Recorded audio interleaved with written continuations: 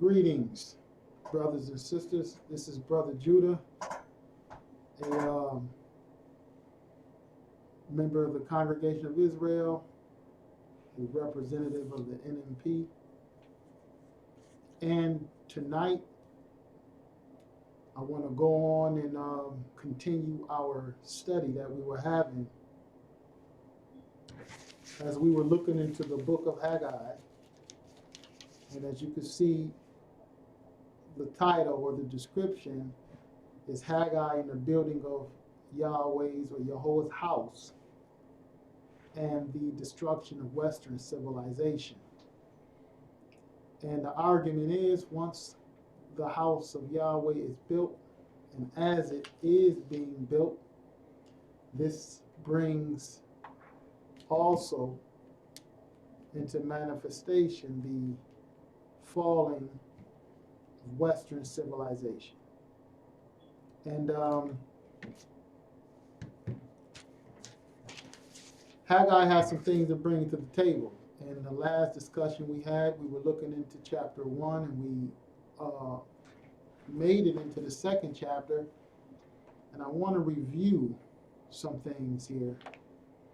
And part of the motivation of this discussion is to bring to people attention about the necessity of building the Creator's house, and that the prophets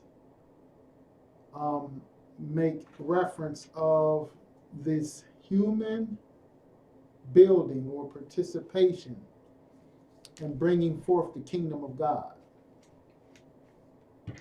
And Haggai, the second chapter, we want to get into it, and as we get into it, we can get into the intricacies, if you will. Again, I'd like to greet everyone who's taking their time to come on. We appreciate you taking the time out. And hold on one second.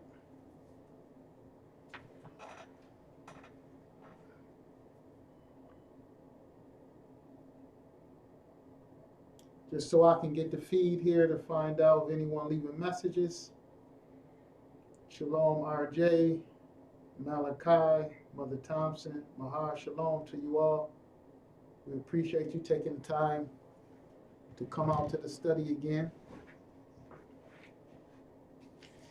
Now in Haggai, the second chapter, we starting at verse 1, we realized that this was the seventh day of the Feast of Tabernacles. All right? And it starts off, it says, in the 7th month and the 1 and 20th day of the month came the word of Jehovah or the Lord by the prophet Haggai. And this was during the Feast of Tabernacles. And I talked a little bit last week, briefly, very briefly, about one of the arguments that I present concerning the Feast of Tabernacles, when they all dwelled in tents, when they all ate the same thing. I believe that will fit in a little more or make more sense as we look further into what the Creator is bringing Zerubbabel and Joshua and all of the rest of the elders, what he's bringing their attention to by way of the prophet Haggai. And again, this is the 7th day of the Feast of Tabernacles. It says, excuse me, chapter 2 of the book of Haggai, in the 7th month and the 1 and 20th day of the month came the word of the Lord or Jehovah by the prophet Haggai, saying, Speak now to Zerubbabel, the son of Shealtiel, governor of Judah, and Joshua, the son of Josedek, the high priest, and to the residue of the people, saying, Who is left among you that saw this house in her first glory? Now, remember we went over that a little bit last week, so I want to start from there again.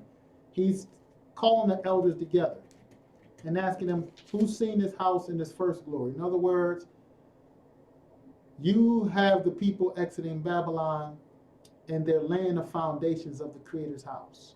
or the temple. And I want to put this out here too as we read further. When we're looking at the Creator's house or his tabernacle or his sanctuary, it's simply talking about his dwelling. It's important to know that, because when we read further and he began to talk about his house, it isn't necessarily talking about a brick and mortar temple. The house is synonymous with a dwelling, or sometimes it's called a tabernacle. Sometimes it's a city. Sometimes it's a mountain.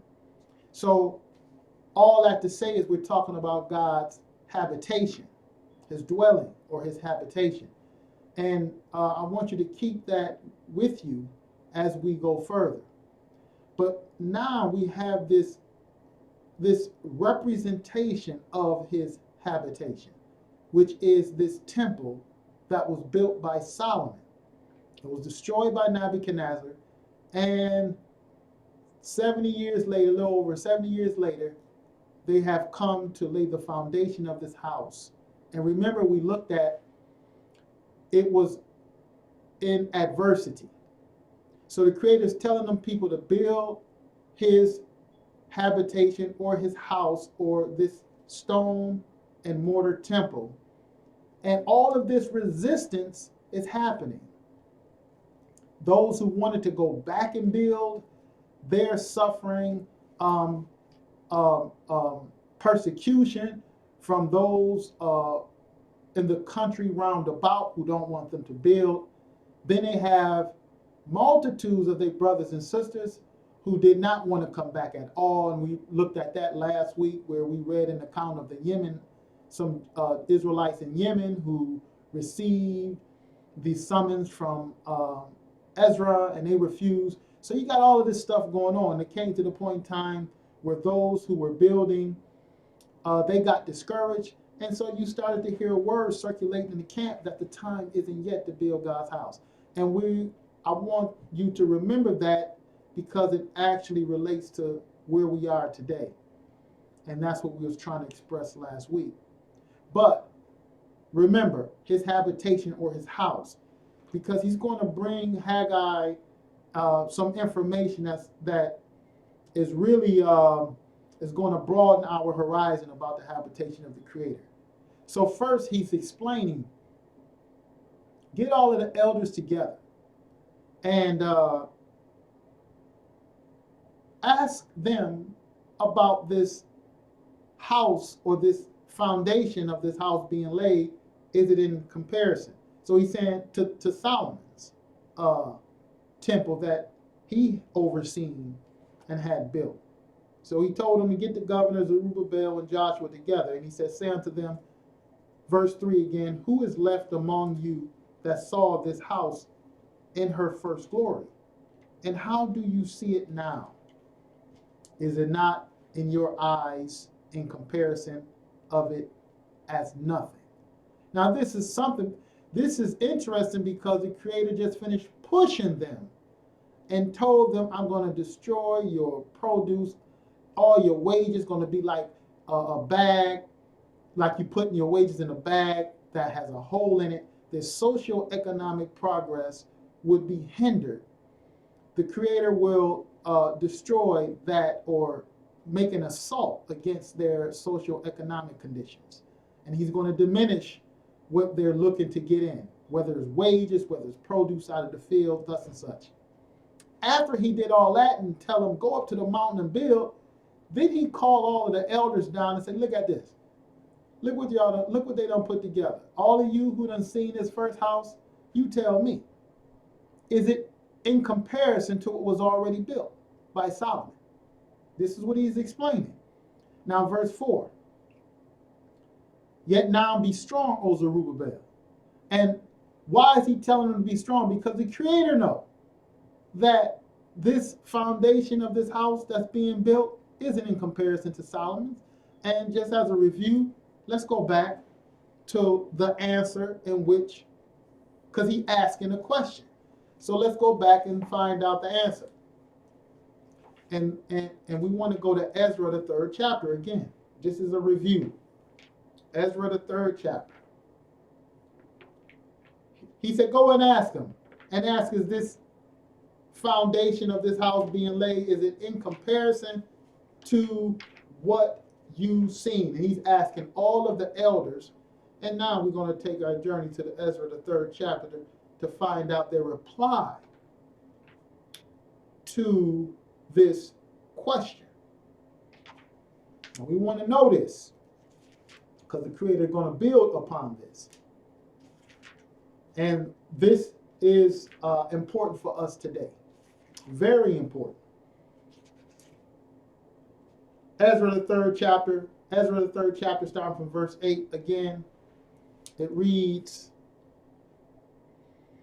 "And now in the 2nd year of their coming unto the house of God, or Elohim, at Jerusalem, in the 2nd month begins Zerubbabel, the son of Shealtiel, and Joshua, the son of Jozadak, and the remnant of their brethren, the priests and the Levites, and all they that were come out of the captivity unto Jerusalem, and appointed the Levites from 20 years old and upward to set forward the work of the house of Jehovah, or the Lord. Then stood Joshua with his sons. Then stood Joshua with his sons and his brethren, Kadmiel and his sons, the sons of Judah, together to set forward the workmen in the house of God, the sons of Henadad, with their sons and their brethren, the Levites. And when the builders laid the foundation of the temple of the Lord, they set the priests in their apparel with trumpets, and the Levites, the sons of Asaph, with cymbals, to praise the Lord after the ordinance of David, king of Israel. And they sang together by course in praising and giving thanks unto the Lord, or Jehovah, because he is good, for his mercy endureth forever toward Israel. And all the people shouted with a great shout when they praised Jehovah, or the Lord, because the foundation of the house of the Lord was laid." Now, remember what we just read in Haggai? After this, the Creator is going to call Zerubbabel and Joshua, all of the elders, together and ask them a question. Is this house in comparison, he asked, in Haggai chapter 2, verses 1 through 3. And notice this. They singing. The foundation had been laid here in Ezra, the 3rd chapter. And then we're going to go to Ezra, the 3rd chapter, verse 12. It reads, "Many of the priests and the Levites and chief of the fathers, who were ancient men, the men who seen the house in its former glory, that had seen the first house, when the foundation of this house was laid before their eyes, wept with a loud voice, and many shouted aloud for joy." Now that's interesting. The house not even built yet. They can tell by the foundation everything all messed up. They're looking at the foundations, and you have to take into consideration that they cried. I mean, to see it in its former glory, and that it is so much out of it's so much out of the way, if you will. It's nothing in comparison. It had to be something bad off for these men to weep. And notice, some shouted for joy, but in verse 13 it reads, so that the people could not discern the noise of the shout of joy from the noise of weeping of the people. For the people shouted with a loud shout, and the noise was heard afar off. It wasn't no crying, no silent crying either. These men were hurt. They were weeping aloud because of the foundation because of the foundation. Now, I believe that the scripture is giving us this emotional content here because we're looking at what's transpiring in essence under the first covenant. Sometimes when we read the Bible, we read things, the covenant was established way in Exodus, and there was a covenant before that established way in Genesis. So about time you get to read in the book of Haggai, the prophets, sometimes the people may forget what this is all about. And they may forget about the covenants. So right now we're under this first covenant. This is what we're reading under. And they're trying to rebuild this temple, stone and mortar. And so far we're learning that this second attempt at rebuilding the temple that was destroyed is not even in comparison. Now, let's go back to Haggai chapter 2. Haggai chapter 2, starting at verse 4 now. Haggai 2, verse 4. So since the men were weeping, the voice of the prophet came to Zerubbabel and Joshua and said, Yet now be strong. You see is not in comparison, but be strong. Be strong, O Zerubbabel, saith Jehovah, or the Lord, and be strong, O Joshua, the son of Jozadak, the high priest, and be strong, all ye people of the land, saith the Lord, and work, for I am with you, saith the Lord of hosts. Keep busy, because I told you before, when we're studying this, they're setting a template or an example. Be strong, keep building. You have to accomplish something. Everything that they were doing, we can look back now and say they was laying a foundation for the latter generations to learn from this example. Be strong and build. Now, you see how adamant God or the Elohim is about building this stone and mortar house? Because he got something greater to show us. And I'm here to tell you, the same thing prevails today. That is, everything from the hindrance to the people not wanting to go back and help build the nations and the Gentiles and their ways, discouraging everything that these men were trying to do to build the Creator's house, taking legal actions against them to shut down the work. This is a lesson to us, as I told you before, to build the Creator's house. And God willing, we're going to show you a little bit more what this entails. And I'm not talking about going off and build no third brick and stone mortar temple. And this, what the Creator's bringing to the table, this isn't even making reference to like somebody look at Ezekiel and they talking about the temple and the pattern of the temple. We can discuss Ezekiel in a future, but it's important to realize what the temple represents. And then we could put Ezekiel into perspective. And I believe we will lay the groundwork for that as we look at this prophet, getting into more of a depth of this temple. Now, he said, nevertheless, be strong, right? Verse 4, be strong. And notice, he said, be strong and work. I am with you, saith the Lord of hosts, or Jehovah of hosts. Now notice, according to the word that I covenanted with you when ye came out of Egypt. He's saying, be strong. Be strong and do what? Obey my voice. Because when we're looking at Haggai, the first chapter, that's what it was about. He said, go and build his house. The people said the time is not yet. But the Creator said, go be obedient. Go and be obedient to what I'm telling you. And now, notice carefully. He's arguing or he's commanding. Be strong and do the work. You see the imperative, the word spoken, the command is go do the work. And then he brought in, I am with you. According to the word that I covenanted with you when you came out of Egypt, so my spirit remaineth among you. Fear ye not. No matter what's going on, no matter how it looks like this mountain won't be moved, no matter how it looks like we can't accomplish this task, this is what Zerubbabel and the elders were going through. He said, I'm going to be with you. But he said, according to the word that I covenanted with you when you came out of the land of Egypt. Now, I want to look at that briefly because this is important for us to know. It's important for us to know. What do you mean? What he covenanted with them when they came out of the land of Egypt? Verse 5, so my spirit remaineth among you, fear ye not. Now, what did he make a covenant? What did he tell them coming out of Egypt about his spirit?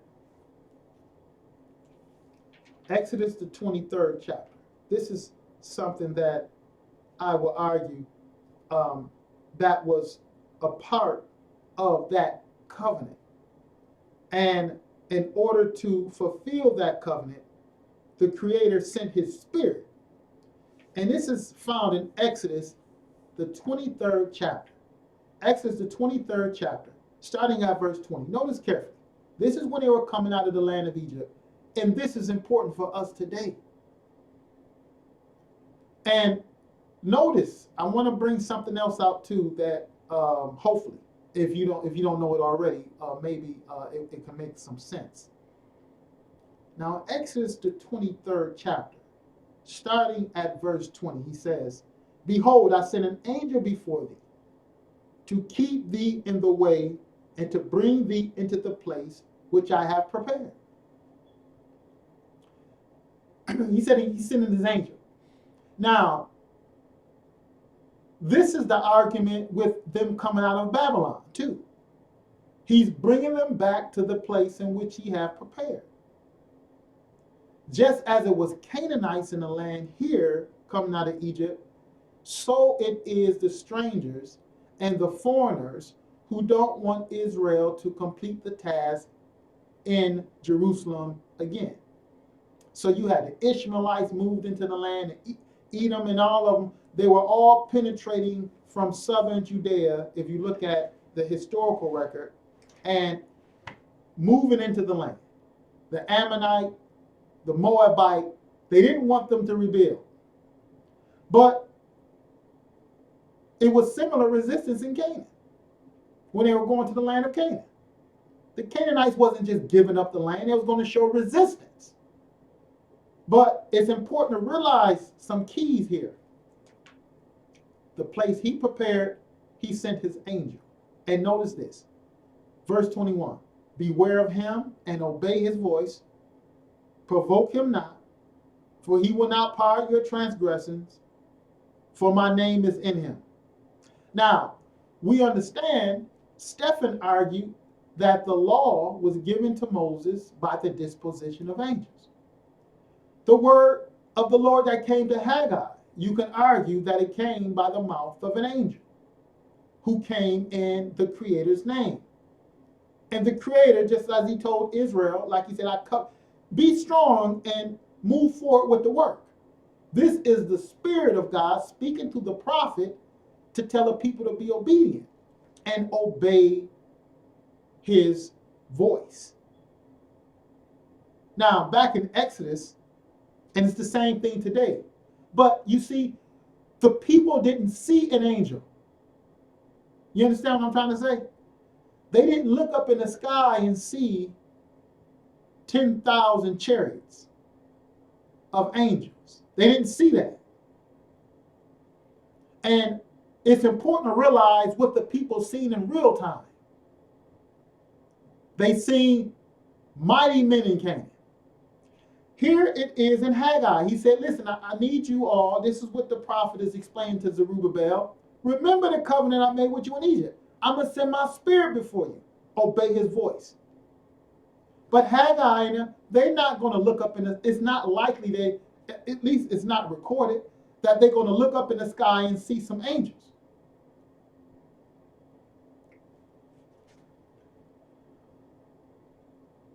Verse 21 in Exodus chapter 23. Beware of him and obey his voice, provoke him not, for he will not pardon your transgressions, for my name is in him.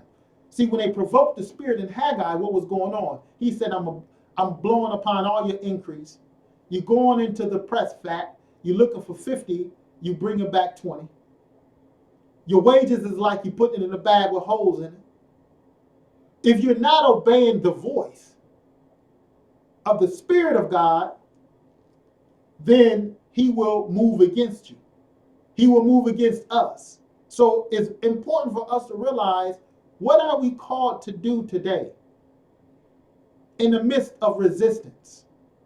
In the midst of, it looks like this can't be done. That's how it looked when the Creator sent the children of Israel into Canaan. It looked like it couldn't be done. That's why when he sent out the 12 spies, the majority of the spies spoke against the mission. Oh, we can't do it. This is impossible. It's giants there. Well, the same thing was happening when Zerubbabel took the head lead to bring the people into the land of Israel, all of the resistance of the Gentiles.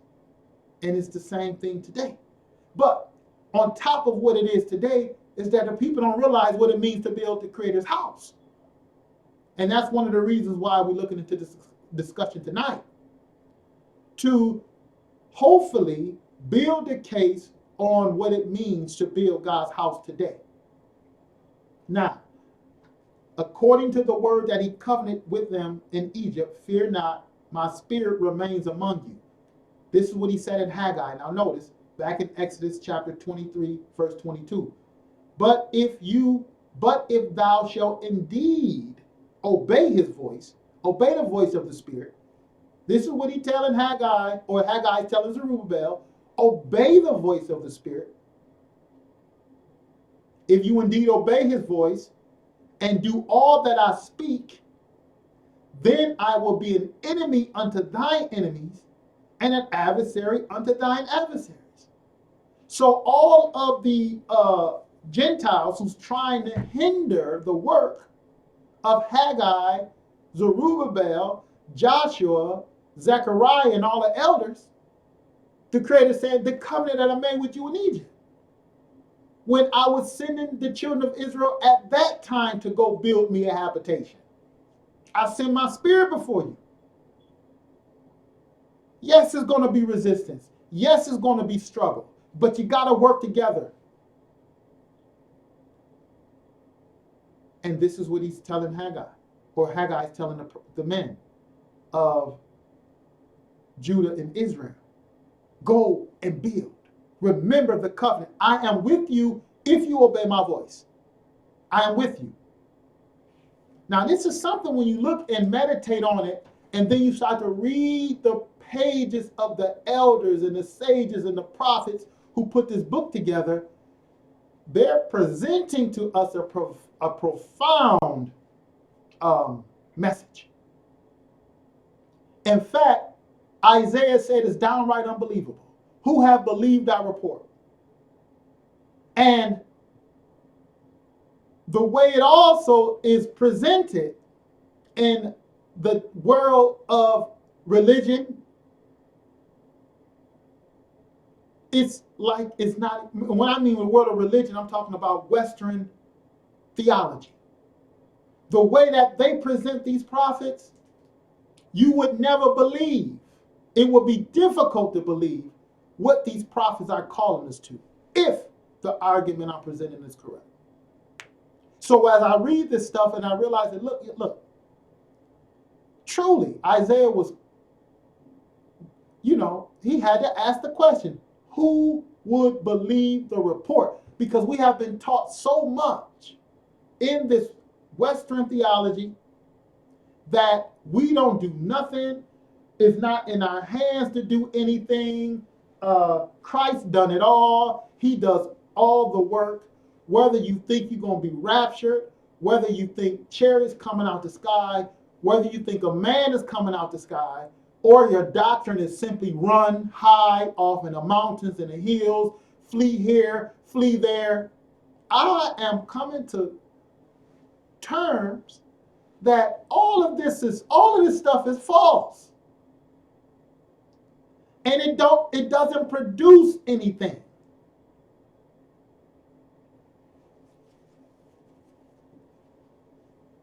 You say, brother, what in the world you talking about? We don't believe you. You talking some other stuff, brother. That's not even according to the scriptures. Okay, give me a little time. Give me a little time. All right. I'm sorry. Let me look at this. Who on popped on? My goodness. Shebrew Shalom. Oh, I didn't see. Oh, you popped in early. I didn't even see. I had to scroll down a little bit more. Shalom blessed. Thank you for tuning in. Kimberly Thompson. Shalom to you. Elijah saw this only. He's right. That's right. And what Elijah's seen, his messenger didn't see. And normally people won't see it. You won't see angels in the sky. That's why it's so difficult for people. But nevertheless,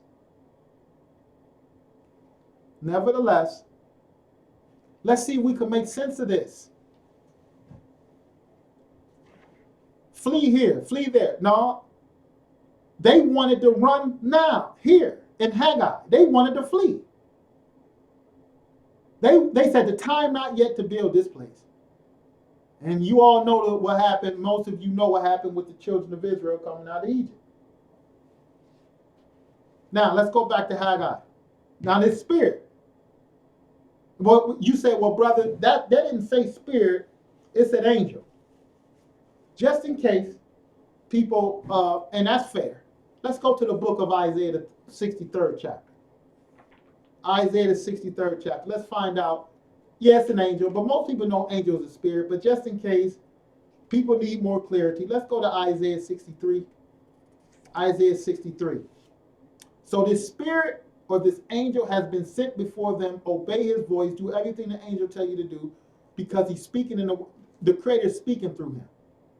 Now, the way it happens, the spirit of the Creator comes down. He voices his message to the prophet. The prophet go tell the people. And we need to hear that prophet's voice. Just like I tell you, people heard lightning and thunder. They were scared out their wits. But the Bible don't tell you that anything was, that they understood. They heard noise and quakes. But it was Moses. It was Moses in whom the word was made clear to. So let's put this in perspective here. What is before the people? Regular, everyday life. That's what's before them. They look up in the sky. What do they see? Clouds, the sun. They see what we see. Unless the Creator open up the mind and give them visions. You understand? And that's one thing we got to realize. The Creator gave them visions to give them a message, to give a human being a message of what he can comprehend. He gave him visions. That's why when Habakkuk seen the Creator come, he said he had horns in his hands. That's not to be taken literally. Or the prophet said they seen Jehovah coming and he rode upon the chariots in the wind and his train was in the wind. The Creator that's probably a mistake to believe that the Creator got a train on, like a cape or a robe blowing in the wind. It's descriptive. So the human being could realize what's happening or the message he's trying to convey. Can't limit the Creator to a being like a human. Because if you limit him to a being, where you see that being, if that being landed on Mount Sinai, if you're saying the Creator is just this being, well, what about the mountains of Ararat? How can he? Because the Creator is all places. There isn't a place where he can't be.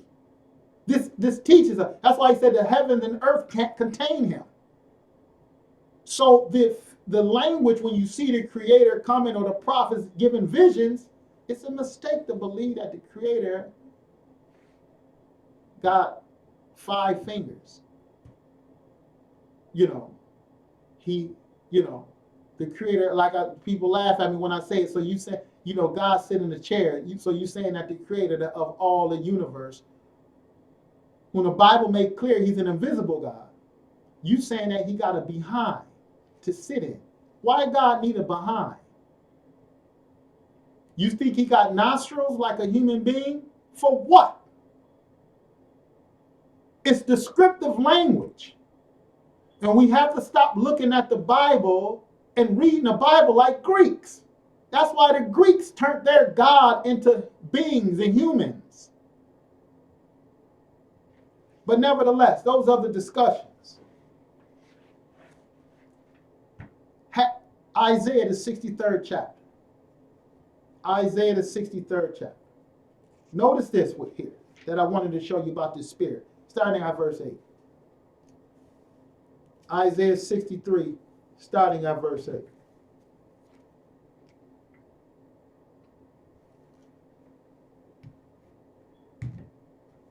Bear with me a little bit.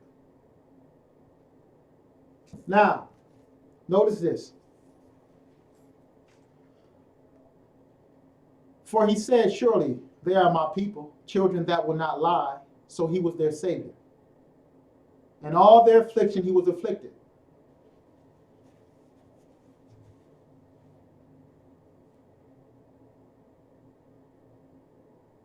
He was afflicted in all their affliction. It says, verse 9, in all their affliction he was afflicted, and the angel of his presence saved them.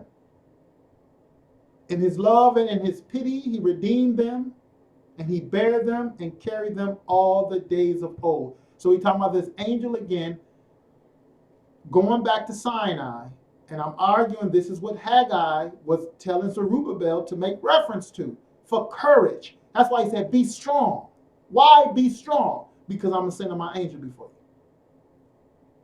What do you think Yeshua was teaching us? Be strong. I shall send the Holy Ghost, the Spirit of God. He shall come and lead you and guide you into all truth. He shall go before you. Anything you ask in my name, you shall receive. He was explaining to us the power which shall go before us. If we believe the word. See, it's still the same condition. People want to see the power of the Spirit, but they don't want to obey the word. Well, the Spirit works against us when we don't obey the word. So Moses was sent to go build God a house.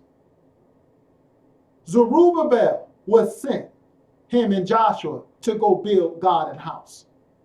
And Yeshua was sent to go build Elohim a house.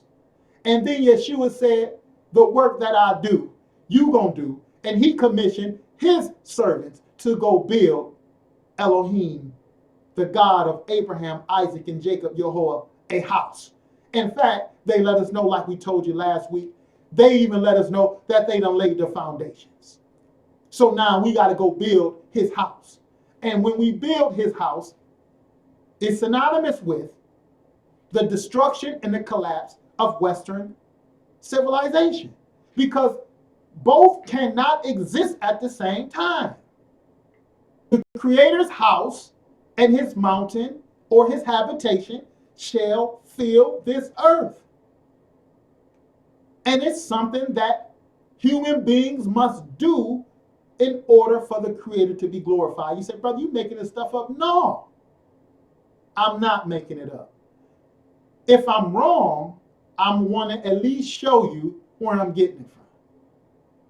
Now, this spirit, so all that to say is that here, it was the spirit that leads the people and carried them, even in the days of old, and the same spirit has been promised to be with the people today if they obey his voice. But wait a minute, it said angel though, didn't it? Still, but let's continue to read. Verse 10. But they rebelled. Remember in Exodus, he said, obey the angel's voice. But Isaiah the prophet is teaching us, but they rebelled and vexed his what? Holy Spirit. Therefore, he was turned to be their enemy and he fought against them. So now let's understand why Haggai is explaining to Zerubbabel, be strong and obey the word. God is with you, because if you don't obey the word, then you're going to vex the Spirit, and the Spirit of God will fight against us. That's how it happens. That's how it happens. And that's why we got to believe. That's why we got to believe. Now, back to Haggai now. Haggai, the second chapter. Chapter 2, verse 6. Now, this is according to the word, like he said in verse 5, according to the word that I covenanted with you when ye came out of Egypt. Obey the voice. Obey the Spirit. In this particular case, the Spirit was conveying a message through the prophets, Haggai, Zechariah. Obey. Go build, like I told you, to go build. And yet, I told you to go build, and what? You even learning that what I done told y'all to go build is not even in comparison to what Solomon had built. Why? Creator making a point. You say, brother, where you get this from? Let's continue to read. Let's go back to Haggai, the second chapter, like I asked you. Verse 6. Haggai 6. Let me look on this here. Bear with me a little bit. Shalom to you. Shalom. Brother Davis done popped on. What happened here? Brother Zadok, shalom to you, brother. Right. They can't coexist. They cannot coexist. You can't have both at the same time. And the Bible teaches this in so many different ways.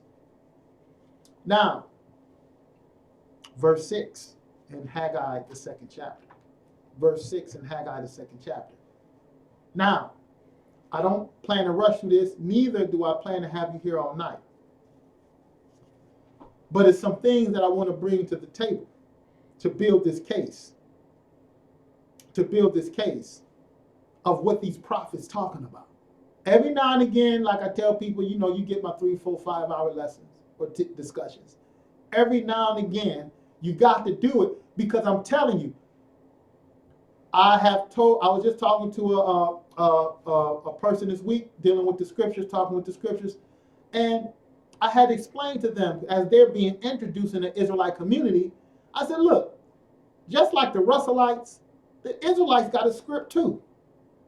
They, you know, when you look at it, you look at their lessons, if they're not gossiping and talking about other people and taking scriptures out of context, they just have their go-to scripture. Okay, if they want to, they call them precept. Okay, if they want to go to prove the law is good, you know, you go to Matthew 19. Christ said, keep the commandments. 1 John 3 and 4. You want to keep the Sabbath. You know, you got all of these texts that the people are just trained to go to. But there's so many books in here that I never really heard them. I personally, others probably have. I never heard them teach out of the book of Nahum. You know, you got all of these chapters in the book of Isaiah. I very seldom heard them teach out of no more than what? You know, to be fair, no more than probably about 10 chapters out of the book of Isaiah. When last time somebody taught on Isaiah chapter 26, chapter 27? So what I'm saying is there's a lot of scriptures in here, and when I was coming through the Hebrew Israelite community, there was just a lot of things that just wasn't answered. So for a service, sometimes you got to go through these verses to show you. So, you know, we have quite a few teachings that we go verse by verse. Okay? I don't care if you go to 30 scriptures. If they all out of context, you out of whack. So going verse by verse help us to maintain context. And if we go into history, it also reveals more of the context as we go into the historical background. All right? So that's why we take the time to do this sometimes. So now we're learning. We learned a little bit last week the background of them going back to build this house. Now we're seeing that when they built this house, that is not even in comparison to the first house. So what is this about? Now in verse 6, he says, for thus saith Jehovah, or the Lord of hosts, yet once. It is a little while, and I will shake the heavens and the earth and the sea and the dry land. Here it is. He said a little while, but when Haggai is explaining or telling this to Zechariah, he said, in a little while, I'm about to shake heaven and earth. It was going to happen begin to take place centuries later. Some of it. When he began to shake the heavens and the earth. Now, the heavens and the earth didn't shake in the days of Zerubbabel. And then when I'm talking about the heaven and earth shaking, what is that exactly? Are we speaking literally? No. No. The Bible going to explain as we build this argument. He said, yet a little while I'm going to shake heaven. I will shake the heavens and the earth and the sea and the dry land. I'm going to shake it all. In other words, I will shake up the world. The heavens and the earth, the sea, everything in it shall be shaken. Now we're going to take time to look into that shaking, because this shaking has to do with the building of his house. But what house? Notice this. He's going to explain more what this shaking looked like. Are you going to look around and you're talking about literal quakes all over the place? The air going to shake? I mean, think about what you're reading here. He's going to shake the heavens. How that look? What you going to see the heavens shake? So this is, again, more descriptive or apocalyptic imagery. I will shake the heavens and the earth yet a little while. And some argue this was the shaking of the temple in Jerusalem in 70 AD. That's partially correct because of what it represented. But to understand the depth of the representation of heaven and earth in the temple, you probably would do well understanding the connection with Israel and the heavens and the earth. Israel is sent to establish the heavens and the earth according to the prophets. Well, what does that mean? They come to build a world of justice and equity. That's their mission, not to come set up religion. You hear me say this all over and over again. It's not about Judaism, religious rituals. This is about establishing a world that men can live like human beings. Men can live in justice, equity, peace, and enjoy the work of their hands. This is what all of the prophets describe. Heaven. But Israel was said to establish this heaven and earth, according to the prophet Isaiah. So when the temple of Jerusalem was destroyed, and yet symbolically showing the shaking of the heavens and the earth, because there's somewhat it starts with them. You say, brother, what in the world are you talking about to start with them? Because that's who God's been using since the days of Abraham to establish the heavens and the earth. And if you don't understand now, God willing, I hope you understand a little later. I hope this could be made clear. A lot of stuff to bring to the table. It won't be in one setting. Take your notes, write it down. If you got questions, I don't mind rebuttals, questions. You ain't got to believe me today. You don't have to ever believe me, as far as I'm concerned. So write it down if you have questions. I'm asking you and the listeners to consider it before you just cast it off because it's nothing you probably never heard before and say it's wrong. At least learn the argument, understand the argument, and then after that you can make a decision. Oh no, this brother don't know what he talking about. Right? Do it that way. He said, I'm gonna shake heaven and earth. That's what he said. And what did he follow up with? Verse 7. I will shake all nations. See, what happens when you shake heaven and earth, the sea, and the dry land? The nation's going to shake. That's what's going to happen. So he's following up what this is about. I will shake all nations, and the desire of all nations shall come, and I will fill this house with glory, saith the Lord of hosts. What house? Is he this house that he gonna fill with glory? Is he talking about the one that Zerubbabel and them just finished saying? This is not even in comparison to what Solomon built. Is this the house that the creator saying he's gonna fill with glory? But it's another clue here. And I told you, when you're reading house, Open up, broaden your perspective. Understand it to mean habitation. When you think of God's house, just don't think about the temple structure, because that was emblematic of the heavens and the earth. That was also symbolic and emblematic of man. This temple was symbolic. Josephus explains some of the symbolism of the temple. This brick and mortar, stone and mortar temple. But when we read about the Creator's house, don't get caught there. Realize house just means a habitation. That's what he's talking about. Sometimes he say his house. Sometimes he say his holy hill. Sometimes he say his tabernacle. Right? All of it represents where the Creator will inhabit. Now, he said, I will shake the nations, and this is the other clue, and the desire of the nations shall come. See, when the desire of the nations shall come, at this moment, he's arguing that he will fill this house with glory. Okay, what house? Look, he says this, verse 8, the silver is mine. The gold is mine, saith Jehovah of hosts. The gold and the silver is his.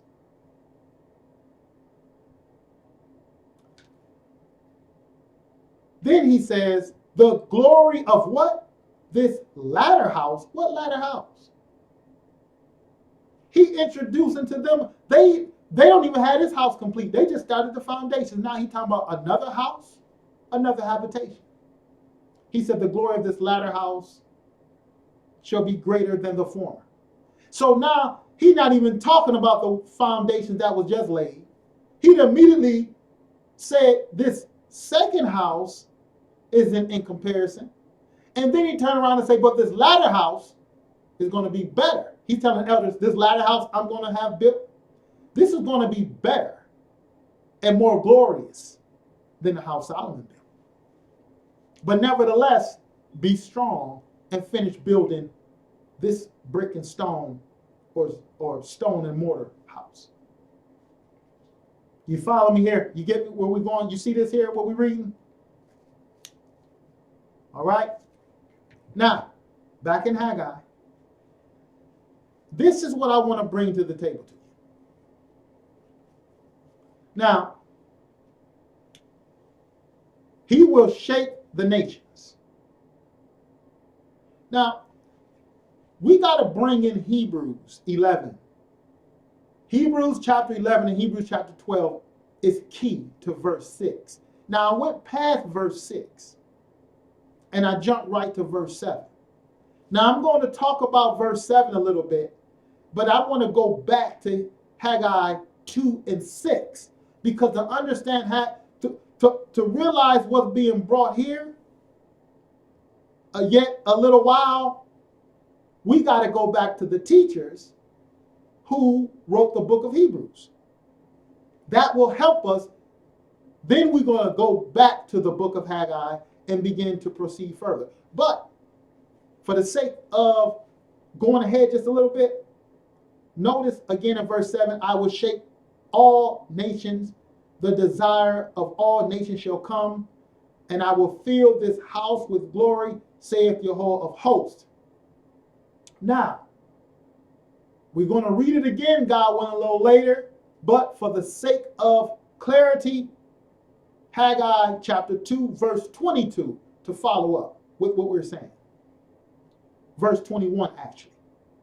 Speak to Zerubbabel, governor of Judah, saying, I will shake the heavens and the earth. See, he's saying it again. I will shake the heavens and the earth. But it's always followed up with this. And I will overthrow the throne of kingdoms, plural. See, this is the same thing he's saying in verse 7. I will shake the nations. And the nations, or the desire of the nations, shall come when he filled this house with glory. Now, I will overthrow thrones, and I will destroy the strength of the kingdoms of the heathen. So now the Creator is explaining this shaking of heaven and earth. We're talking about the overthrow of the political empires of the world, social political empires of the world being crushed. He didn't tell you exactly how long it would be of that process, but he's giving us the heads up. That's what he's going to do. Let's go back to verse 7. I will shake all nations, and the desire of all nations shall come, and I will fill this house with glory, saith the Lord of hosts. What do you mean? The desire of nations shall come, and I will fill this house with glory. What house? Is it this house in verse 9 that he says will be greater than the former? Let's go to Isaiah the second chapter, and let's get some background on this here. Isaiah began to bring something to the table. These prophets seem to be saying the same thing. These prophets we reading about, that's why I said earlier, people got these little key scriptures they go to. We need to read and study the prophets. First, pray for understanding and read and study the prophets. They got a lot to say. And like I was told by my elder, let the Bible talk to you. Don't go reading the Bible trying to talk to it. You go in there automatically in your mind, you sit up here want to tell it what it needs to say. Let the Bible talk to you. Shut up and let it talk to you. Now, when we're looking at Isaiah, and when you letting it talk to you, you ain't got to worry about somebody running, oh, this is mistranslated. This shouldn't be here. No. That means you probably just doing a little bit too much talking. Shut your mouth and then let the Bible talk to you. Then you'll probably figure out what you thought was a contradiction or whatever. No, it was all in you. It was all on you. It was all on you. So Isaiah the second chapter. And I'm speaking from observations. I've seen people do that. And then I've read things in the Bible that I didn't quite grasp. And I had to set it down. But I couldn't take the step that, well, no, something wrong with the book. Our motto here is that if we run into an apparent difficulty in the text, guess what? We better yield. And that's my advice to everybody else out there who call themselves reading the Bible. Now, what is this he's speaking of in Haggai when he said, all nations and I will shake all nations, and the desire of all nations shall come? What in the world is he talking about? Maybe he's speaking of this. And then he also added in Haggai that I will fill this house with glory. Now notice this. Isaiah the second chapter. Isaiah the second chapter. Shalom, Yalev Shalom. You called, I don't know if you reached anyone. Let me follow up with you on that. Yes, because I didn't get any messages that I know of. RJ asked, this latter house, would it be what Revelation 21:2 speaks of? I think you're on the right track, brother. I think you see where we're going. I really believe you see where we're going with this. See, once we yield to the passages and let it talk, this stuff starts to connect. So you brought in Revelation. God willing, we're going to get there too. But I'm with you on that. Isaiah says, Isaiah chapter 2, and the word of Isaiah, the son of Amos, the word that Isaiah, the son of Amos, saw concerning Judah and Jerusalem. Now, for the record, where is Zerubbabel, Joshua? Where are they? They were in Jerusalem. Now, We nailing it down. We talking about the same area. And Zerubbabel was the governor of the Jews. So we're talking about Jerusalem signified by people and the land. But notice this. And it shall come to pass in the last days. Now we show you when the last days started, okay? I don't want you to worry about that right now. But for the record, the last days started during the days of the apostles. According to the apostles, that they considered their days the last days. All right. Now, if you need more information on that, we'll be glad to give it to you. But tonight isn't that's not the discussion. Now, it shall come to pass in the last days that the mountain of the Lord's house, wait a minute, there it is, that the mountain of the Lord's house shall be established in the top of the mountains. The mountain of God's dwelling. That's what I'm explaining to you. When you see house, just don't think of it'll be a mistake to always think of stone and mortar or the structure that Solomon built or that Zerubbabel built or the tabernacle. No, these are representations of God's dwelling. And their representations, just like Josephus tells you, the temple is a representation of heaven and earth, the cosmos. And then further study the temple also is a representation of man and his climb to a higher consciousness. So we're not dismissing any of that. Okay? That's really not our discussion tonight. But I'm talking about the habitation, where God's dwell. Where will he dwell? He will dwell in heaven and earth. He will dwell in man. So these teachings, we have to broaden our horizon on and go a little deeper into what these teachings are talking about, what these prophets saying. The mountain of Yah's dwelling or his house shall be established in the top of the mountains and shall be exalted above the hills, and what? And all nations shall flow to it. Why will all nations flow to it? Probably because of what Haggai said. Haggai 2 and 7. And I will shake all nations. Does this have to do with the Creator begin to establish his house in the top of the mountains? Does this begin the shaking of the nations? The kingdom of God being born, and therefore the nations got to make room. They got to be moved. His house being established in the top of the mountains, and all nations shall flow to it. And Haggai said what?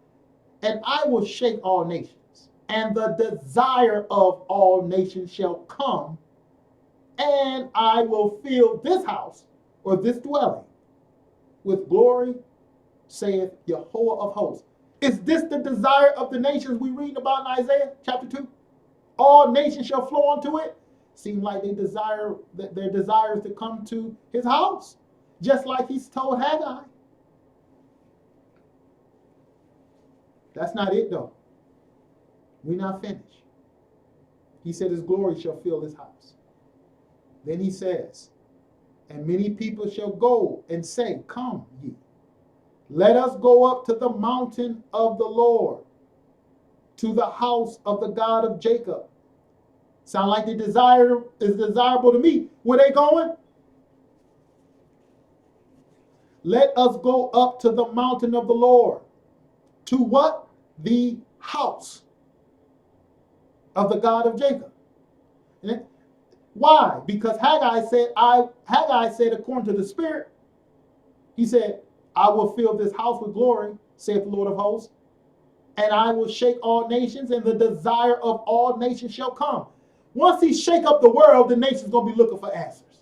He's shaking it up now. But the people are in such ignorance that they don't realize what's happening. They don't perceive what's happening. And I'm talking about religious people alike.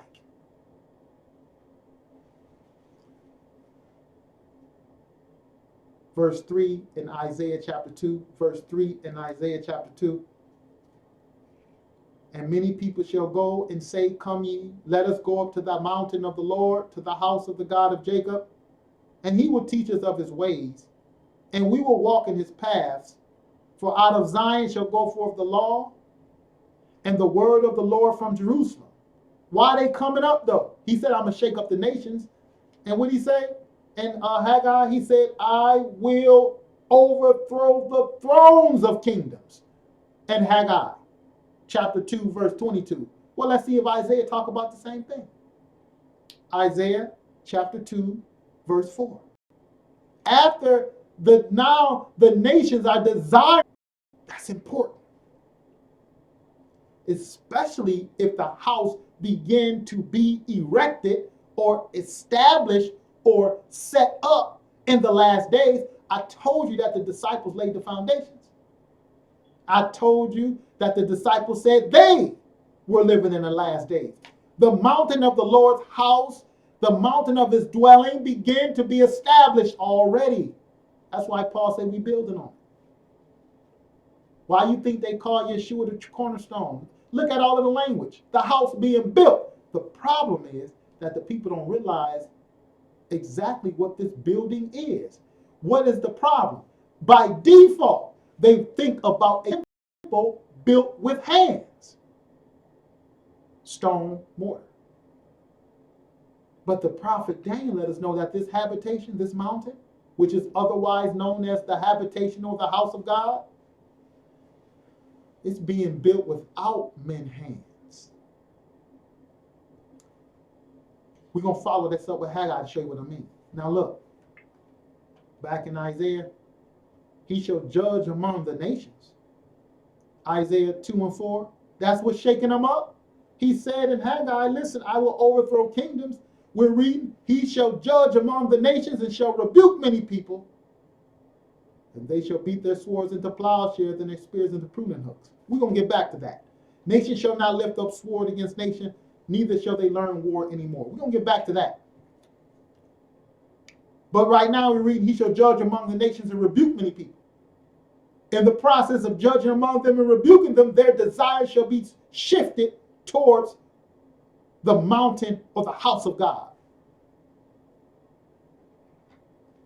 That's where it shall be shifted, towards the house of God. And I told you a habitation. That's what was purposed to be built from the very foundations.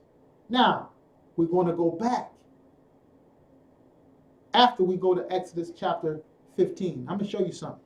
Then we got to go back to Hebrews. I want you to go to Exodus 15. From the very beginning, the purpose was to build the Creator a habitation.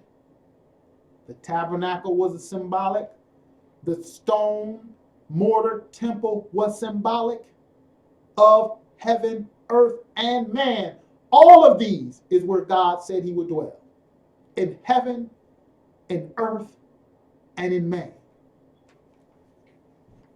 When Israel failed to, because Israel is the key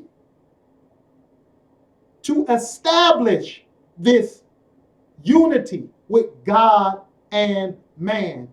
Israel is the key to establish the heavens and the earth. So when they failed, the destruction of the temple was a proper description and symbolism of their fall.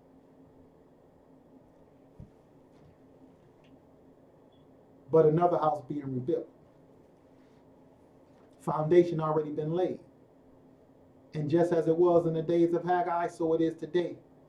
The people saying the time not yet to build it. See, they waiting for something. What were the people waiting on? When would they figure the time would be in Haggai? They telling Haggai the time not yet. Well, what else you gonna do? And then let's go back to Exodus.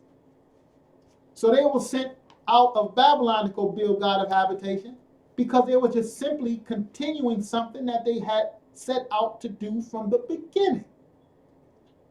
And what happened? That covenant he said I made with you in Egypt in the spirit that he sent. Yeah, they rebelled. Exodus chapter 15. Notice this, brothers and sisters. Notice this. This is the mission. And believe me, it's greater than a stone mortar structure.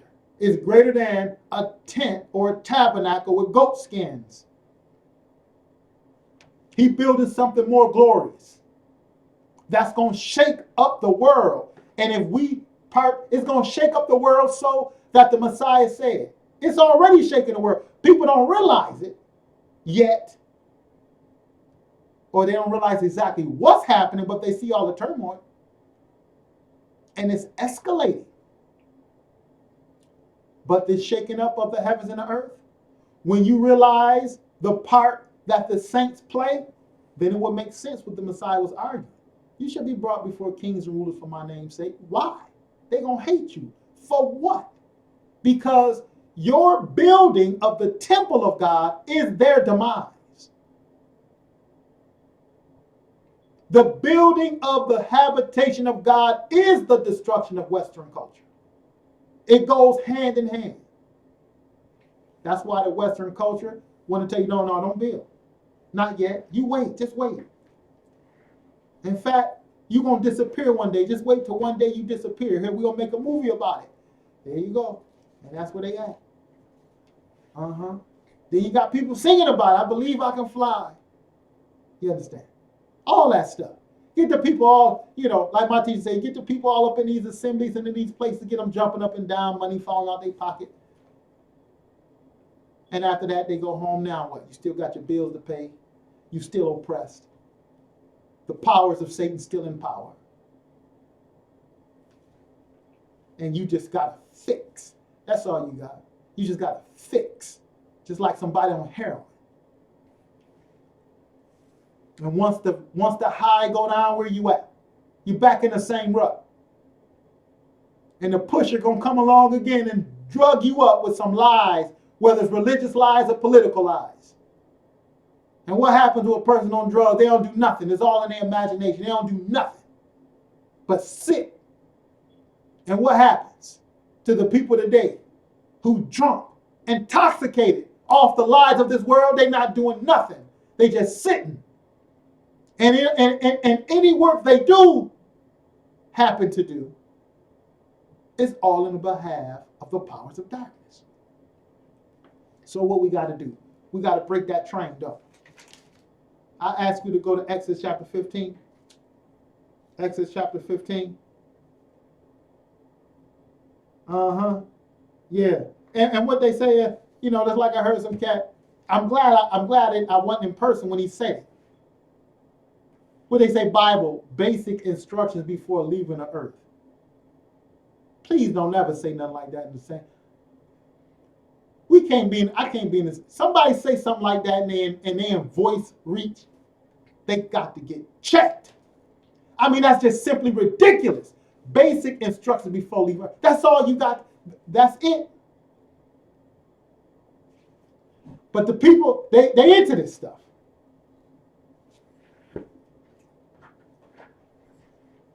Basic instructions before leaving the earth. The kingdom of God is to seize upon this earth. They're going to take it.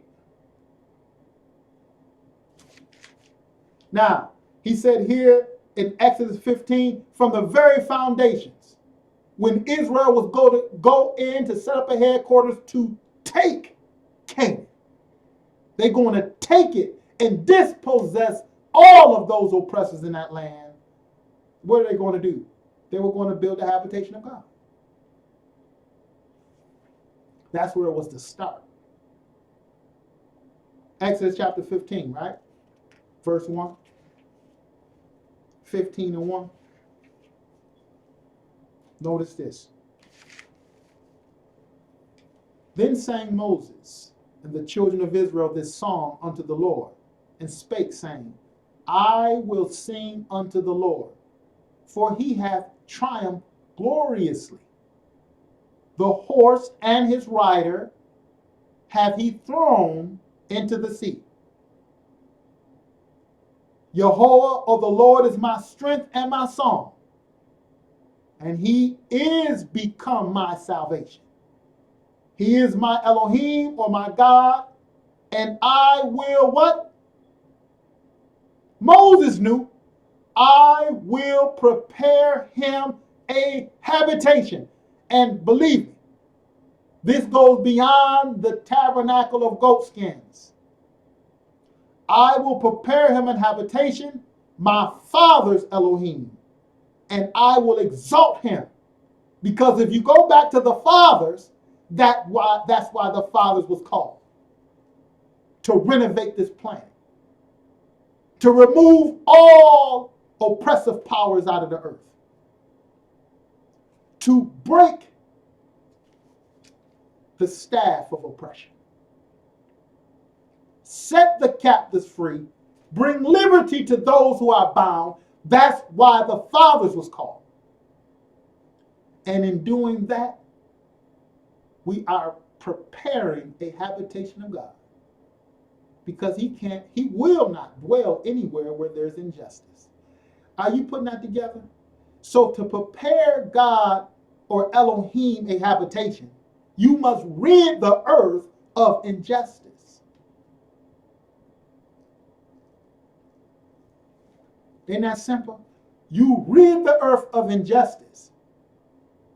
Then the Creator said, he will make an abode with you. Because when you rid the earth of injustice, what do you have? Justice. And what is the habitations of Elohim's throne? Justice. I will prepare him a habitation. He's my father's Elohim. Verse 3, the Lord is a man of war. Yehovah is his name. What is he describing? Just what Haggai described. He will come and shake the nations. He will come, according to Haggai, and overthrow kingdoms. Who overthrow kingdoms? Haggai, 2nd chapter, verse 22. He said he will come and overthrow kingdoms. Who does that? A man of war. Did he just overthrow the kingdom of Egypt? In the overthrowing of the kingdom of Egypt, what was the children of Israel commissioned to do? Go prepare him a habitation. Exodus 15. That was verse 3. Skip down to verse 15. And he told Haggai, I shall overthrow kingdoms. I shall shake this heaven and earth. Don't you worry about those nations who's trying to stop you from building. Don't worry about it. I got a plan. Exodus 15, verse 15. Then the dukes of Edom shall be amazed.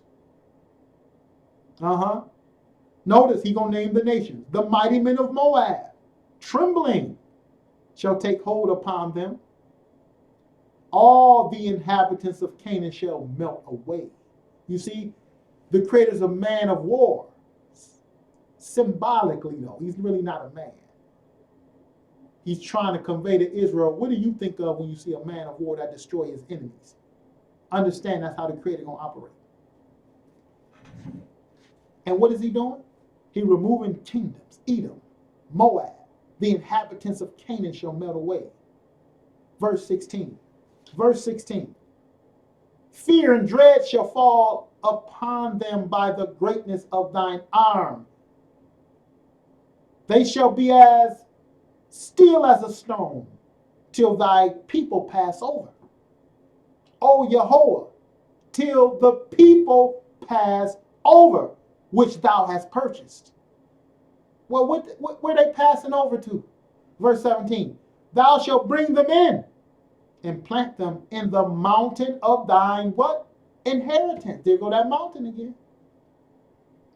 In the place, O Yehovah, O Lord, which thou hast, which, notice the wording, which thou hast made for thee to dwell in the sanctuary of Yehovah, which thy hands have established. Boy, where the sanctuary at? Where this habitation at that Moses talking about? He said God made it. The insight of the prophets, if we pay attention to what they're saying, it's the same pattern. He's going to destroy the nations and he's going to build his house. Ultimately, his house will fill the planet. We got to follow up with this. You see your man of war? You see the sanctuary of the Creator? What did Moses say? We're going to build him an habitation. That's what he was saying. What are we to do? What was Zerubbabel commissioned to do? Go build him a habitation. Joshua, son of Josedek, Zechariah and Haggai told you to go down there and build God a habitation. It's symbolic of a most glorious house. Let's go back to Haggai briefly. Let's go back to Haggai. I want to show you something because he keep talking about, he just finished saying something he going to build. And his house that's going to be glorious. Wait a minute. Let's go back to this Haggai. Wait a minute now, let me see. I know I'm yelling at people here. I'm not able, it's not like the other feed where I can look at the other feed. I can see what people are saying. I got to look and see what's going on here. Okay, I haven't missed much. Yes, brothers in Milo, we are finished. We are continuing last week's discussion. All right, Haggai, back to Haggai. Notice this. I want you to pay attention to this. Haggai, the 2nd chapter. Now, we're starting to break ground on this glorious house. That house that Isaiah talked about, the desire of the nations. So we're looking at Haggai 2:7, and we're comparing it or as a parallel to Isaiah chapter 2, verses 1 through 5. And then we see the prophetic language with Moses. The laying the foundations, teaching the biblical students that the Creator desire is for his servants to build him an habitation. But yet, Moses also declared, I will build you a habitation, but it's made with your hands, your sanctuary, in the mountain of your inheritance. This is the same thread that Haggai is dealing with. But I want you to go back to Haggai, the 2nd chapter. Verse 9. He said, the glory of this latter house shall be greater than the former, saith the Lord of hosts, and in this place will I give peace, saith the Lord of hosts. After he said the gold is mine, he said the glory of this latter house shall be greater than the former house, saith the Lord of hosts. In this place will I give peace. Now, I said we got to go back. We got to go back to the book of Hebrews. Now, I do want to address this briefly. Back in Isaiah 2, what else did you read? Did you just see what he said? This glory of this latter house shall be greater than the former, saith the Lord of hosts. And in this place will I give peace. These are clues. It was a clue in verse 7. The desire of the nation shall come to this house. The desire of the nation. We read in Isaiah 2, the desire of the nation is, come ye, let us go to the house of the Lord and learn of his ways. Now we learned another clue.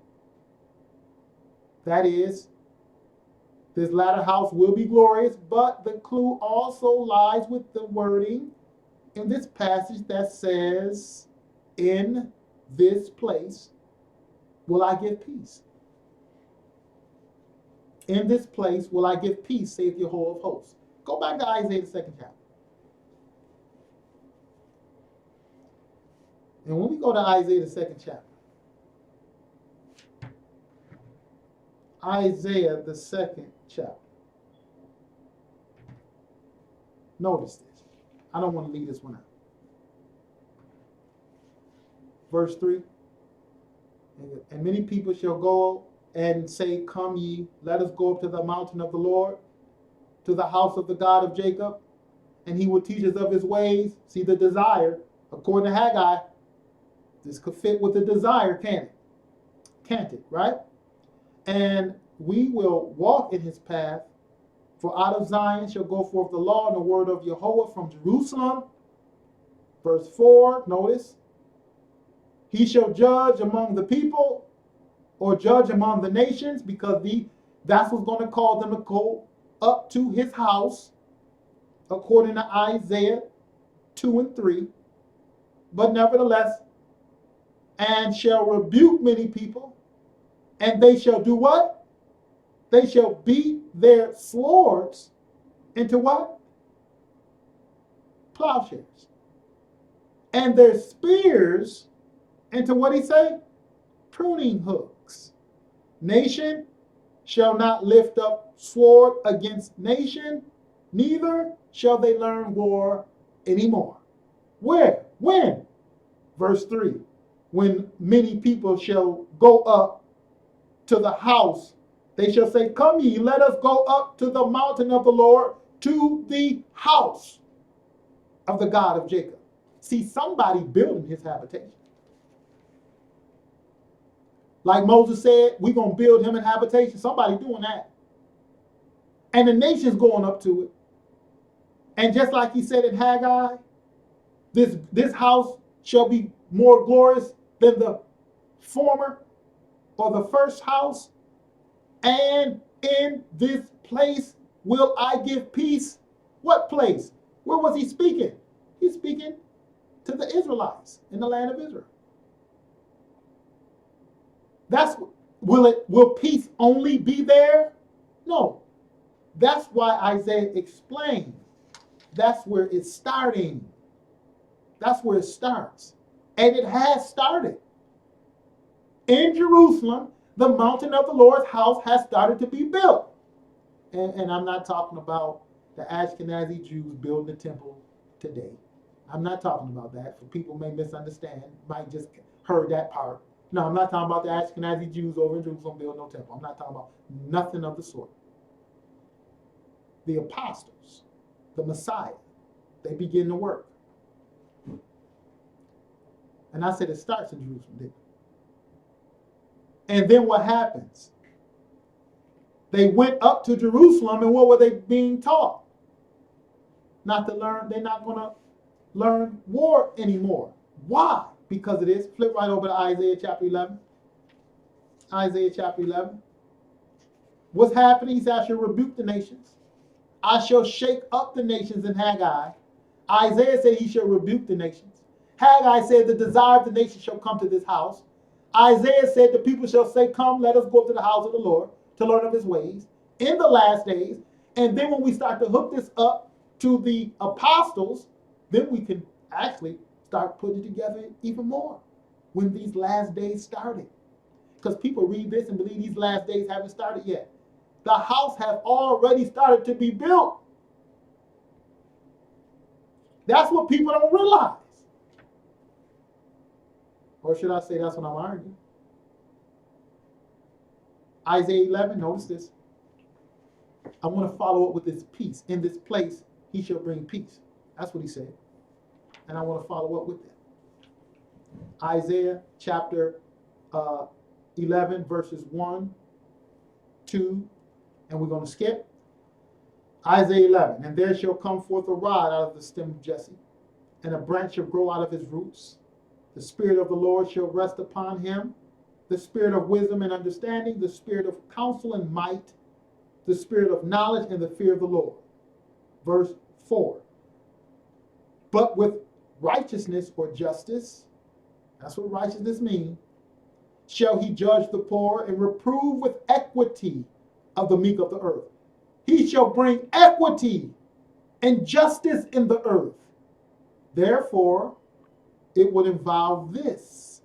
And he shall smite the earth with the rod of his mouth, and with the breath of his lips shall he slay the wicked. Because the wicked don't want equity and justice in the earth. So therefore, he got to judge among the nations and smite the wicked and remove them. Why? Because we're talking about building God a habitation. And that's what the Creator was going to do with all those who hindered the work in Haggai. He was going to remove them so they could finish the building. And they did finish the building. And it's our example of a greater work that is right in our laps. today, right here. It's happening right now. All we got to do through the grace of God is seek him so he can show us. Then let's skip down, if you will, to verse 9. They shall not hurt nor destroy in all my holy, what? They shall not hurt nor destroy in all my holy mountain. Oh, you mean a mountain of the Lord's house? In this place, he said, he shall bring peace. He said, they shall not hurt nor destroy in all my holy mountain. For the earth shall be full of the knowledge of the Lord as the waters cover the sea. Why? Because he's rebuking the nations, or as Haggai put it, he is overthrowing. He's going to overthrow. He is overthrowing the kingdoms. And we've been watching them rise, fall, rise, fall. He overthrow them until the day come when they shall rise no more. And guess what? In the rise and fall of the kingdoms, what was his instruments? People, the wind, the rain, the locust, the storm, the hurricane. All of these are his instruments. No one actually ever seen, as he overthrew the kingdoms, angels fighting in the sky. They seen the forces here in this universe, from the weather patterns, from earthquakes, volcanoes, tsunami, to men warring in unrest. All of these through history have shown the working of the Almighty. Just like when they went into the land of Canaan, what did they see? They seen a Canaanite. Michael went before them with 10,000 chariot warrior angels. No one ever seen that. Michael went before them, but you didn't see him. This is the force of the spirit of war, the warring spirit of the Almighty that caused them to have the victory. And it was their swords. It was their participation. It was Haggai and Zerubbabel. It was their hand. It was their trial, laying the bricks and the foundations. It was them working because the God of heaven was with them. But all they seen is what we see today.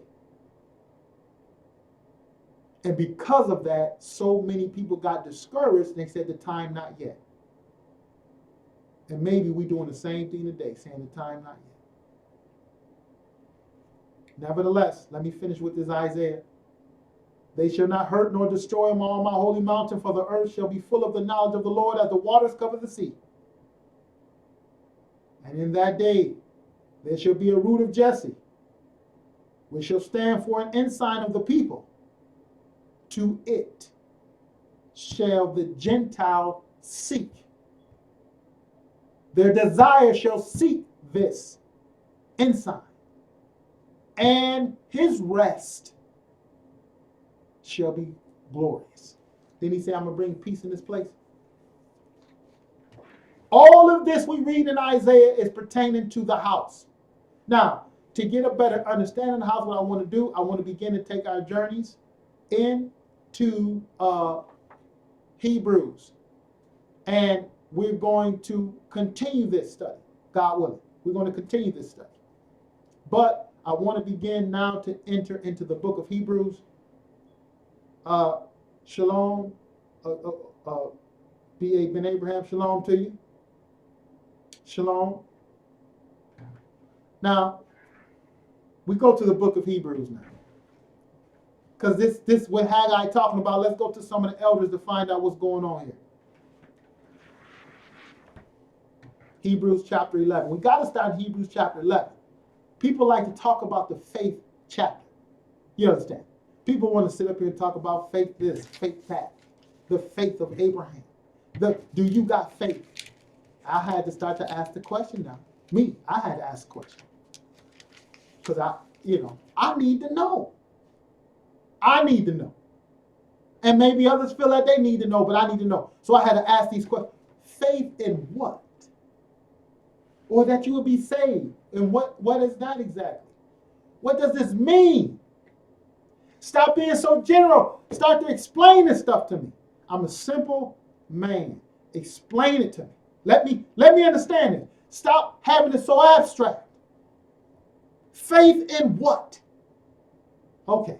So we go back to the book of Hebrews, that faith chapter. Everybody like talk about? You say, brother, but you just talking about the Lord's house. I am still talking about the Lord's house. And when we talk about the Lord's house or Jehovah's house, we talk about this habitation. And it was a reason why Hebrews brought in and quoted Haggai the prophet. So let's go into Hebrews, but we can't jump right. See, we're going to be dibbling and dabbling in Hebrews chapter 11 and 12. See, we got to take that route. So we can understand what he's saying in Hebrews chapter 12. Now, Hebrews chapter 12, we're going to bring Haggai into play. But let's realize what he's describing is tied into the shaking and the overthrow of nations. The overthrow of nations.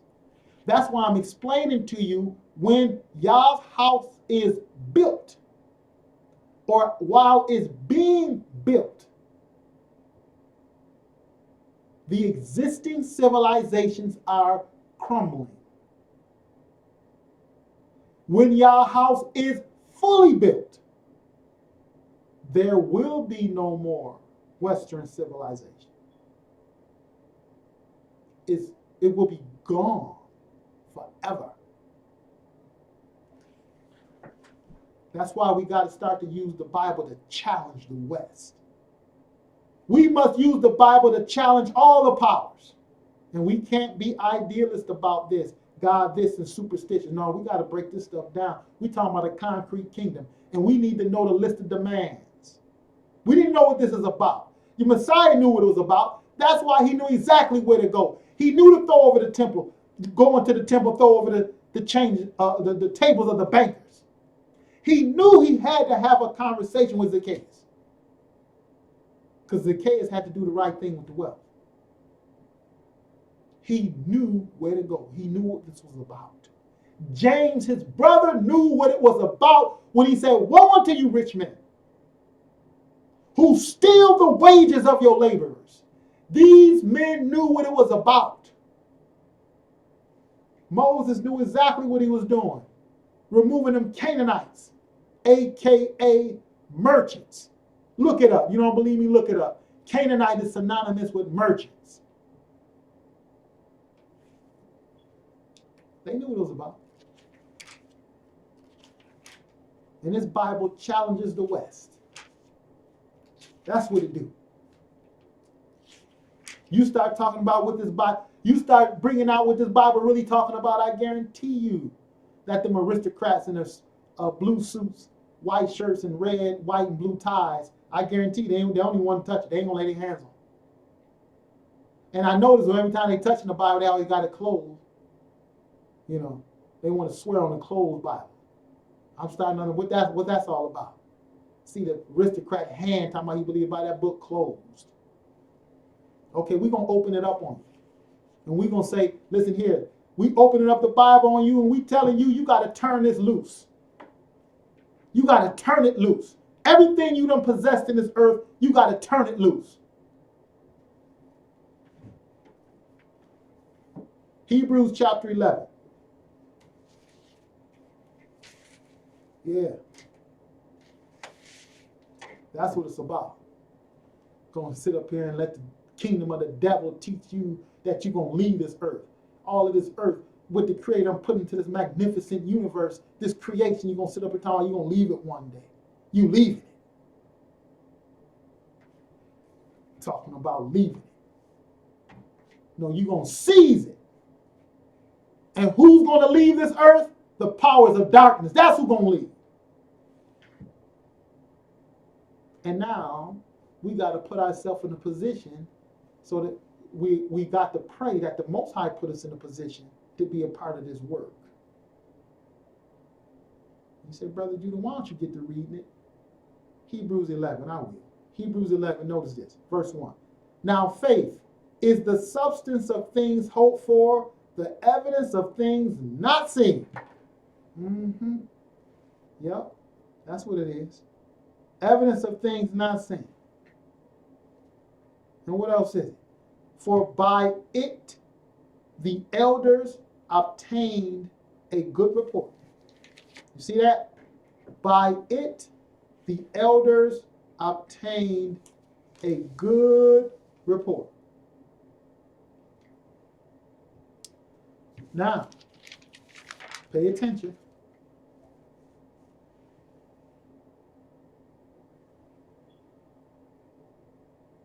He says, through faith we understand that the worlds were framed by the word of Elohim, so that things which are seen were not made of things which do appear. Let's skip down for time and get down to one of the pillars here. By faith, Abraham. There it is. We got faith. I've heard this growing up. Evidence of things hoped for, or faith, substance of things hoped for, evidence of things not seen. Then we got the other one. Oh, faithful Abraham. All right, I'm asking everybody out here listening today, pay attention to this. Because I asked faith in what? Notice. He bringing Abraham into the picture. He got to. You got to bring Abraham in. By faith, Abraham, when he was called to go out into a place which he should after receive for an inheritance, obeyed, and he went out, not knowing whither he went. By faith, he sojourned in the land of promise as in a strange country, dwelling in tabernacles with Isaac and Jacob, the heirs of the promise. For what? What was the mission? Why is he dwelling in these tabernacles? Why did he leave where he was called? What did he have faith in? Verse 10, for he looked for a city which hath foundations, whose builder is and maker is God. What was he looking for? He was looking for the habitation of God. But not an abstract habitation. A city. A dwelling on this earth. The faith was to find the habitation of God. And we done read a little bit about this habitation. They shall take their swords and turn them into plowshares, spears into pruning hooks. We done read a little bit about this. And those of you who've been following our teachings, you done read quite a bit, probably now, about this city that Abraham was looking for. That's why to understand the historical background of Abraham is so important. But that's not our discussion tonight. Right now, we got a clue. He looked for a city which had foundations, whose builder and maker is God. Abraham did. He looking for the habitation of Elohim. Let's skip down to verse 13. They ran down more people who had faith. Verse 13. These all died in faith, not having received the promises, but having seen them afar off, and were persuaded of them, and embraced them, and confessed that they were strangers and pilgrims in this earth. Not that they're going to float off one day, but there was no nation or kingdom on the earth that they can say was the city of God. There was injustice, oppression, and plundering everywhere, especially in Abraham's day. And trying to find rest. That's what they were looking for. This is what this faith is about. A renovated earth of justice and equity. The city of God. Because remember, Psalms 89 teaches you justice is the habitation of his throne. Let's stop being spooky. When justice fills the earth, righteousness, justice, equity. Remember we read in Isaiah 11 chapter? He shall judge with equity the poor of the earth, and his rest shall be glorious. What do you think you've been reading about? The habitation in the city of God. Why are the nations going up? And they shall be educated, and they will not learn war anymore. Where are they going to? The habitation in the city of God. And what are they going to do? They're going to partake in the building, where now his house shall fill the earth, because the nation shall go and implement the same policies, and it shall bring justice and equity, where he said, judgment shall fill the earth like the water covers the seas. This is the process. The key word is justice. See, in the Bible it says righteousness.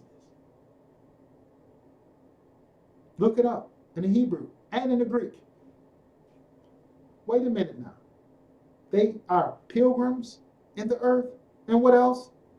For they that say such things, who say that they're pilgrims in the earth, they that say such things declare plainly that they seek a country, a city, a country. They're not talking about leaving the earth. They're talking about the earth being changed, where God will build in it.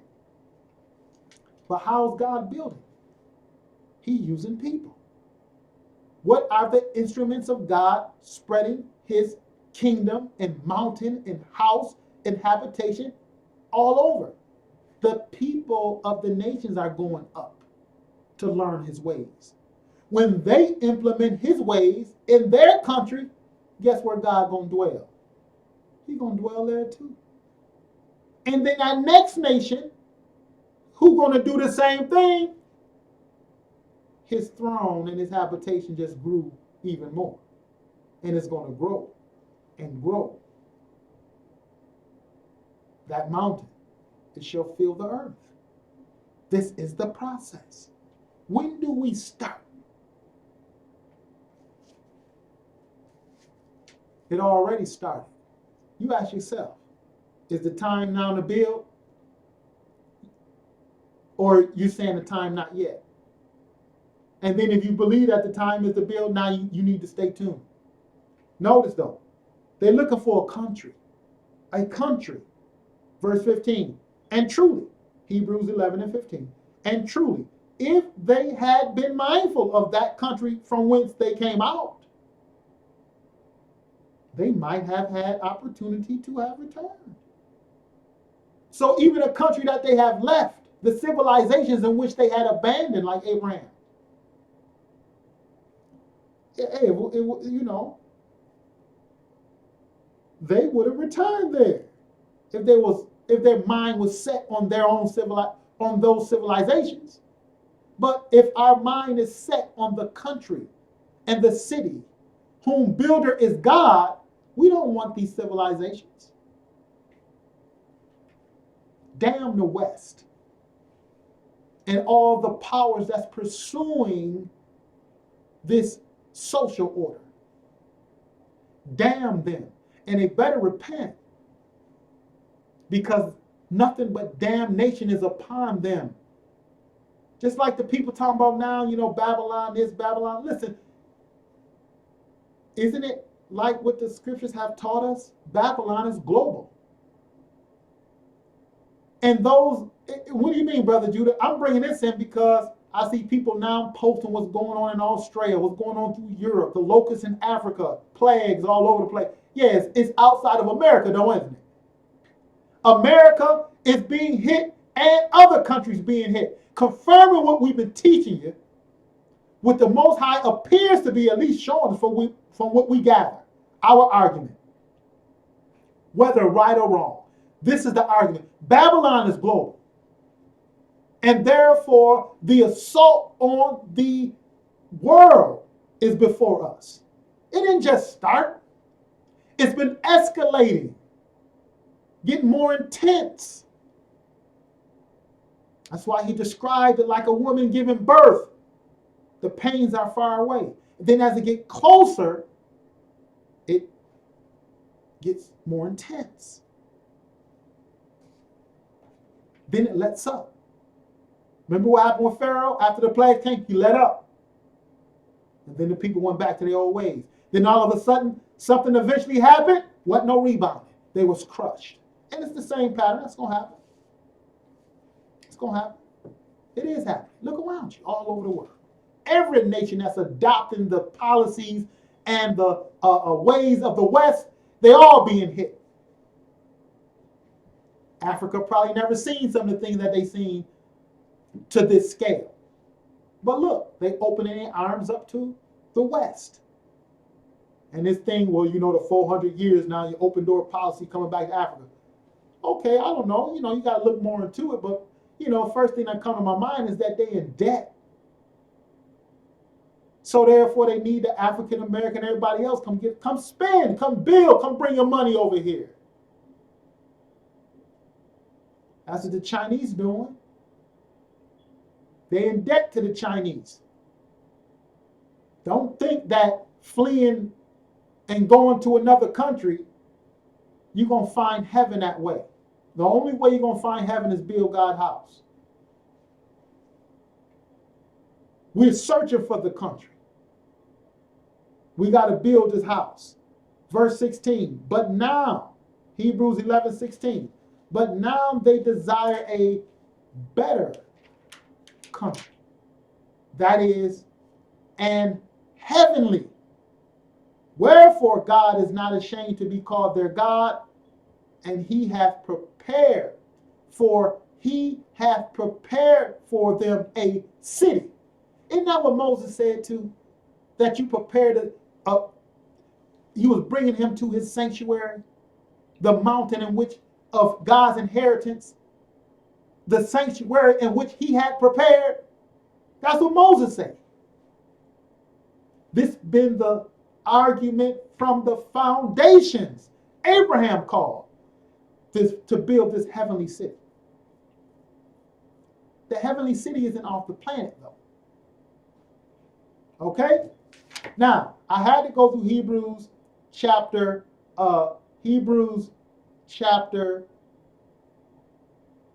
11, and I want to close out with this Hebrews. We're going to venture into Hebrews chapter 12.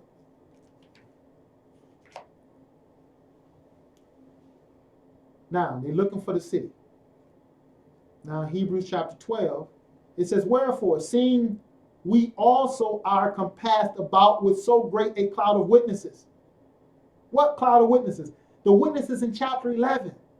What was their witness? That they was looking for a city in the country. And they have faith. They never seen it, but they have faith that this city in this country shall materialize. So the writer in Hebrews saying, seeing we're compassed with so great a cloud of witnesses, let us lay aside every weight and the sin which doth easily beset us, and let us run with patience the race that is set before us. You are to run the same race that the ancients ran. That's what he's explaining. They sacrificed their lives to run the race. Paul said, now let us lay aside the sins that can easily beset us, and let us run the race. The race to where? The city of God. Or as Haggai and Isaiah was explaining, the house of God.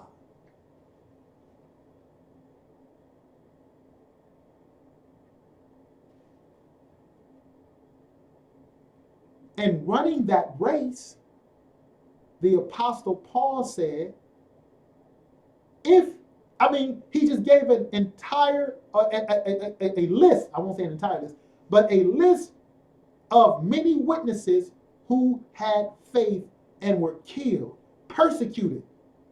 And if they not enough, Paul says, looking unto Jesus, the author of our and finisher of our faith. He's the one that's going to bring the city of God into fruition. He's laying the foundation. He's the one. He is the one who we look to.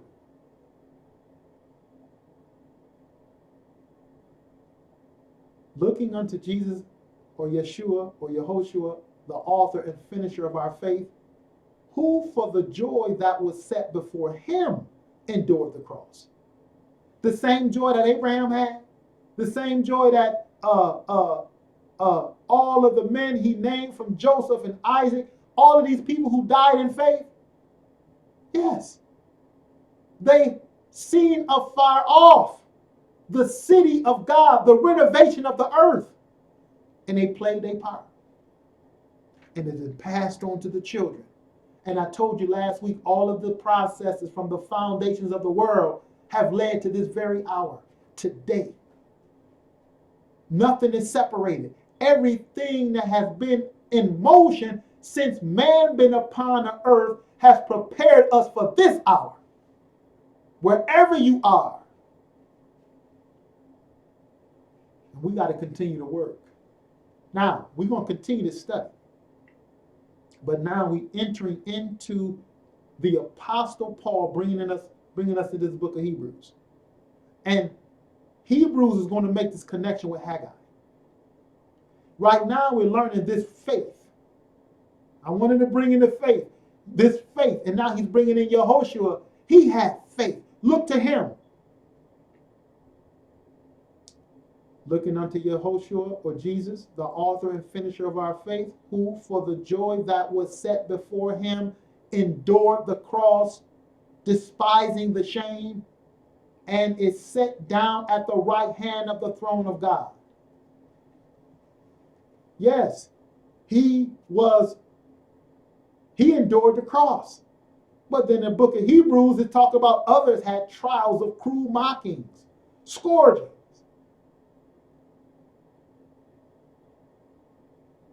They were in bond, imprisonment. They were stoned. They were sawn asunder. All of this he named in chapter 11. Now he's continuing. They had the faith of the city of God. And they endured all of this. Now we're reading in Hebrews 12. He's continuing his argument. The mission, what the faith is about. That mission.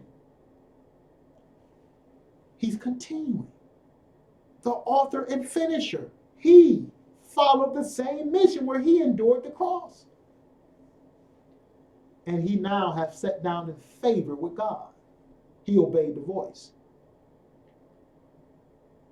For consider, verse 3, for consider him that endures such contradiction of sinners against himself, lest ye be wearied and faint in your minds. He gave you a whole list in Hebrews chapter 11. He's explaining about Yehoshua. He said, now look at him. Look at all of this stuff, this great cloud of witnesses. Consider it. Lest ye be weary and faint in your own mind. Verse 4. Ye have not yet resisted unto blood, striving against sin. I'm going to jump ahead, but we're going to go back to it. But I'm going to jump ahead to show you where we're leading to. Ultimately, he leads to this. I'm going to jump ahead a little bit, because we're going to get ready to close for this evening. This is a clue. Verse 22. But ye are come unto Mount Zion, unto the city of the living God, the heavenly Jerusalem, and to an innumerable company of angels. I wanted to read that verse to let you know where we're going. See, all this I read in Hebrews about this faith, we're going right back to that city, or the habitation, or the sanctuary of God, the house of God, the mountain of the Lord. That's where we're going. That's what that faith been about. Hebrews 11 was bringing in this faith.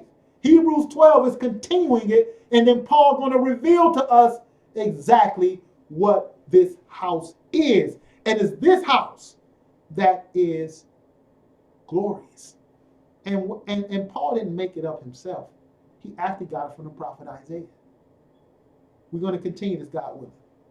But for the sake of time, I want you to think about and meditate on, whether you agree or disagree, what we have been through thus far this evening. Think about it. And most high willing, we're going to pick this up in the book of Hebrews, and we're going to make this comparison with Haggai.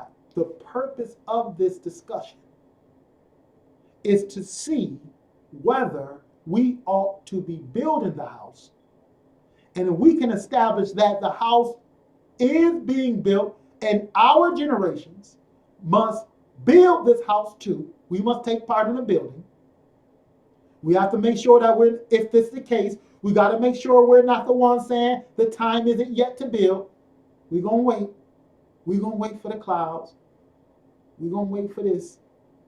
But we just don't run off into the mountains or hide up under a rock.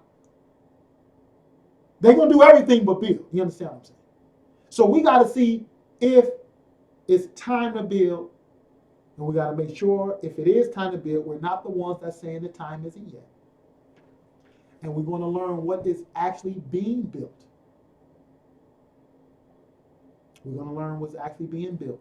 What this house is, what these prophets are talking about. And then we will realize the church is to be a thorn in the side to the Western civilization.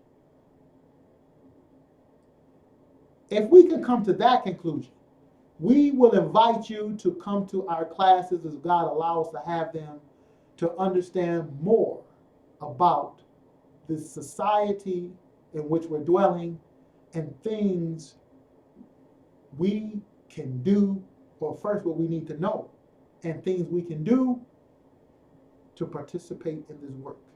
And guess what? We can learn together. There's a lot of stuff out there. Things that the Most High wants us to learn. Okay? Now, what I want you to do, if you have, I, at the moment, don't know how to bring people in the discussion, but it is possible. And most high willing, we will be doing that in the future. But we're going to close out for this evening discussion. And God willing, we're going to pick it up. I ask you to be patient. Meditate on and take your notes and look over some of the things we have dealt with for the last couple of weeks. And I pray that you tune in with us again in this Bible study of the book of Haggai, so we can get more clarity on what the prophets are talking about, okay? And thank everybody who's been on. Bless you. All you brothers and sisters been on. Shalom, shalom, Mother Thompson. Thank you and bless you for the kind words. We got Vinny Davis, Brother Davis in here. I don't know who's still on. Brother Zadok was on with us. Brother B.A., Ben Abraham, Zamila, RJ. So I see people all on. I don't know who's all on, but I thank you for tuning in. And I hope that we're getting something out of this Bible study.